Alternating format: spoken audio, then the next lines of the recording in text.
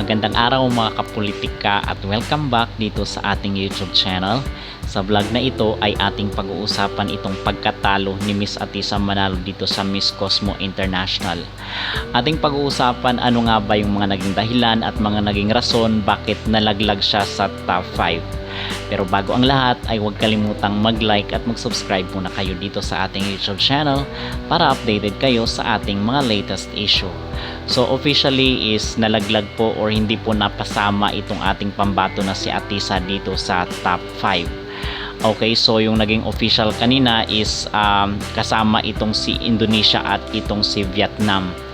Okay, so at the same time itong si USA, but hindi ko na nga tinapos kasi hindi ko nagustuhan yung mga pumasok except dito kay USA na sa tingin ko ay deserve doon sa slots na yun. Okay, so but ngayon ang ating pag-uusapan mga kapolitika kasi sobrang dami talaga ang nadismaya at na-disappoint.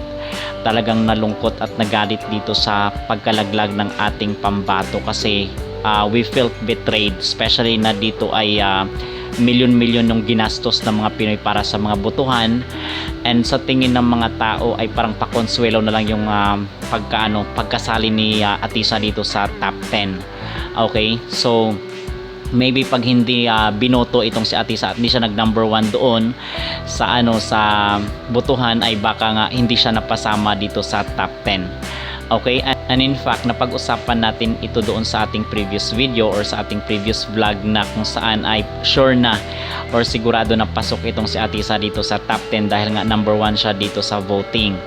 Okay, but yung maging problema ay dapat na mag-perform siya dito sa top 10 or else malalaglag siya sa top 5. Okay, so ang sinasabi ng ilan ay nadaya daw or talagang cooking show rin itong Miss Cosmo. And in fact, marami nga ang nag-unsubscribe dito sa kanilang YouTube channel at talagang grabe yung mga yung mga emoticons doon sa kanilang Facebook.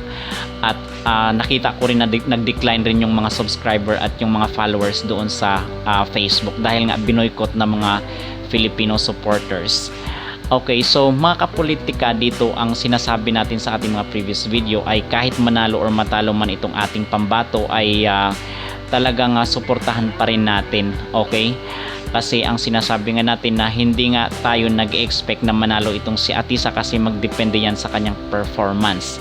But itong sasabihin ko sa inyo is honest review ko dito sa kanyang naging sa kanyang naging journey dito kanina sa final night. Okay, kasi 9 PM nag-start yung kanilang show. So ang number 1 talaga dito is nag-decline yung kanyang performance. Okay? Kung ikukumpara mo doon sa kanyang naging sa kanyang naging rampa doon sa MUPH or sa Miss Universe Philippines ay talagang doon siya kuminang. Okay, yung kanyang gown ay talagang sobrang kintab at yung kanyang buhok talagang akma doon sa kanyang unlike kung ikukumpara mo dito mga kapolitika is na medyo dry yung aura dito ni Atisa Manalo. So yun ang pinakauna kong naobserbahan.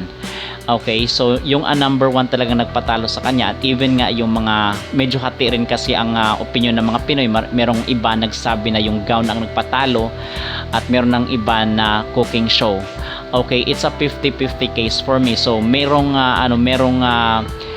part na gown yung nagpatalo sa kanya at the same time medyo meron ring cooking show kasi merong mga napasali doon sa top 5 na hindi deserve. And in fact, ang sabi nga ng mga Pinoy at yung mga nagko-comment online ay ito daw si Indonesia at si Vietnam talagang ibinigay dito sa host country yung yung final spot.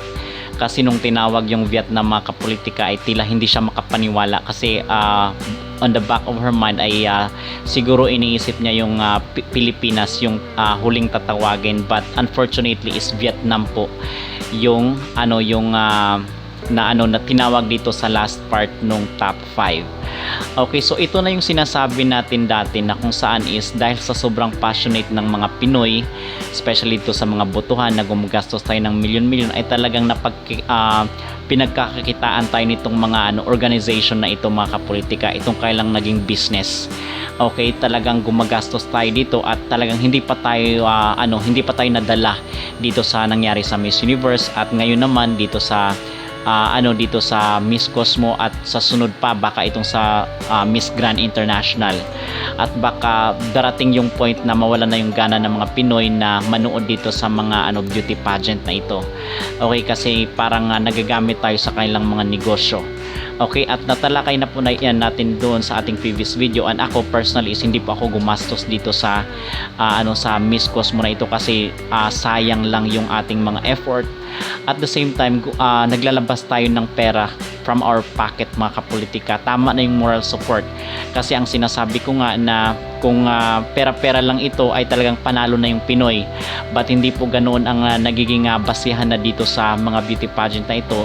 Most of the time is yung kanilang gusto na ipanalo. So other than that is, aside dito sa naging gown ni Atisa Manalo, ay nakita ko talaga na parang nag-downgrade yung kanyang performance kung ikukumpara mo doon sa kanyang naging rampa doon sa Miss Universe Miss Universe Philippines, na kung saan is kuminang talaga siya at napakaganda ng kanyang aura kung ikumpara mo dito sa Miss Cosmo. So far yun ang aking personal at honest review dito sa naganap na Miss Cosmo, kasi sobrang dami nga talagang nag-react at talagang nasira yung kanilang gabi dito sa naging resulta ng top 5.